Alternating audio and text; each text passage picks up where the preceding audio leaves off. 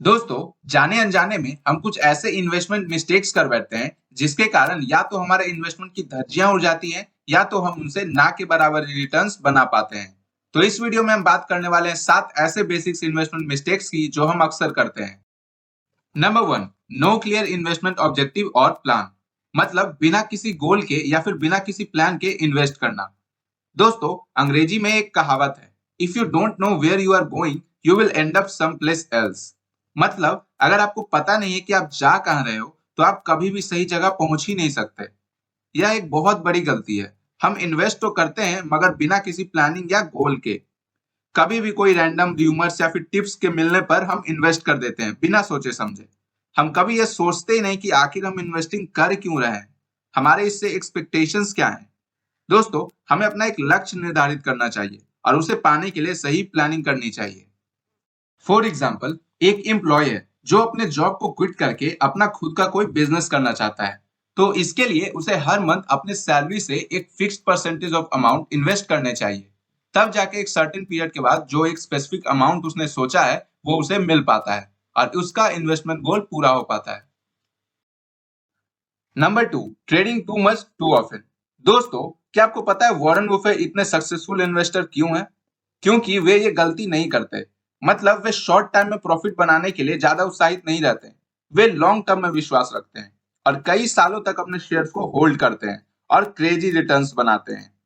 जबकि हम जैसे लोग शॉर्ट टर्म पे ज्यादा फोकस्ड होते हैं और इसी कारण कई बार तो हमें कम रिटर्न्स बुक करके ज्यादा ट्रांजैक्शन कॉस्ट पे करने पड़ जाते हैं और एक्चुअल में हम लॉस कर बैठते हैं।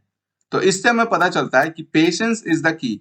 यानी जितना ज्यादा पेशेंस रख के अपने शेयर्स को लॉन्गर टाइम के लिए होल्ड करोगे उतना ही अच्छा रिटर्न्स बनाओगे।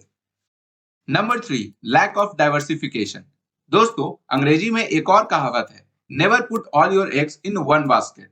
यानी हमें सिर्फ एक सेक्टर पे ही इन्वेस्टमेंट नहीं करना चाहिए बल्कि इसे डाइवर्सिफाई करना चाहिए।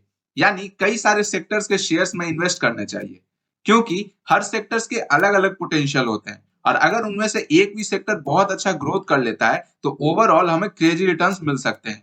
फॉर एग्जाम्पल, सपोज आपने सिर्फ एक सेक्टर नहीं बल्कि 5 अलग अलग सेक्टर्स में इन्वेस्ट किया और अगर इनमें से 2 ने भी अच्छा परफॉर्म नहीं भी किया तो ओवरऑल आपको अच्छे रिटर्न्स मिल जाएंगे बाकी के 3 सेक्टर्स के कारण। Number 4, high commission and fees. दोस्तों, इन्वेस्टिंग करने के लिए हमें ब्रोकर या फिर एडवाइजर या फिर दोनों की ही जरूरत पड़ती है जो कि एक सर्टेन फी चार्ज करते हैं। तो हमें अपना ब्रोकर या फिर एडवाइजर को रिसर्च करके ही चूज करना चाहिए। सिर्फ किसी के रिकमेंड करने पर कोई सर्विस नहीं लेनी चाहिए। कहीं ऐसा ना हो कि हमें 20% के प्रॉफिट बनाने के लिए 10% कमीशन या फी देने पड़ जाए। मतलब हमारा एक्सपेंस रेशियो रीजनेबल होना चाहिए। Number 5, chasing short term returns. दोस्तों, हम में से अधिकतर इन्वेस्टर्स हायर रिटर्न्स पाने के लिए गलत स्टॉक में इन्वेस्ट कर देते हैं। जरूरी नहीं कि जिस कंपनी ने पास्ट में बहुत अच्छे रिटर्न्स दिए हैं वो आगे भी दे। दोस्तों, ज्यादा रिटर्न्स बनाने की लालच में कहीं आप अपने पैसे को खतरे में ना डाल दीजिए। तो अच्छे कंपनी में ही इन्वेस्ट कीजिए। Number 6, timing the market.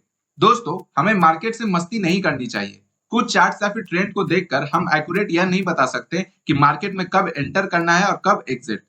Market linearly move नहीं करता, यह वोलाटाइल होता है और हमें इस बात को समझना चाहिए। Number 7, ignoring inflation and taxes. दोस्तों, मोस्ट ऑफ द इन्वेस्टर्स बस एब्सोल्यूट रिटर्न्स पर ही फोकस करते हैं और उन्हें रियल रिटर्न्स यानी एक्चुअल रिटर्न्स का पता ही नहीं चलता।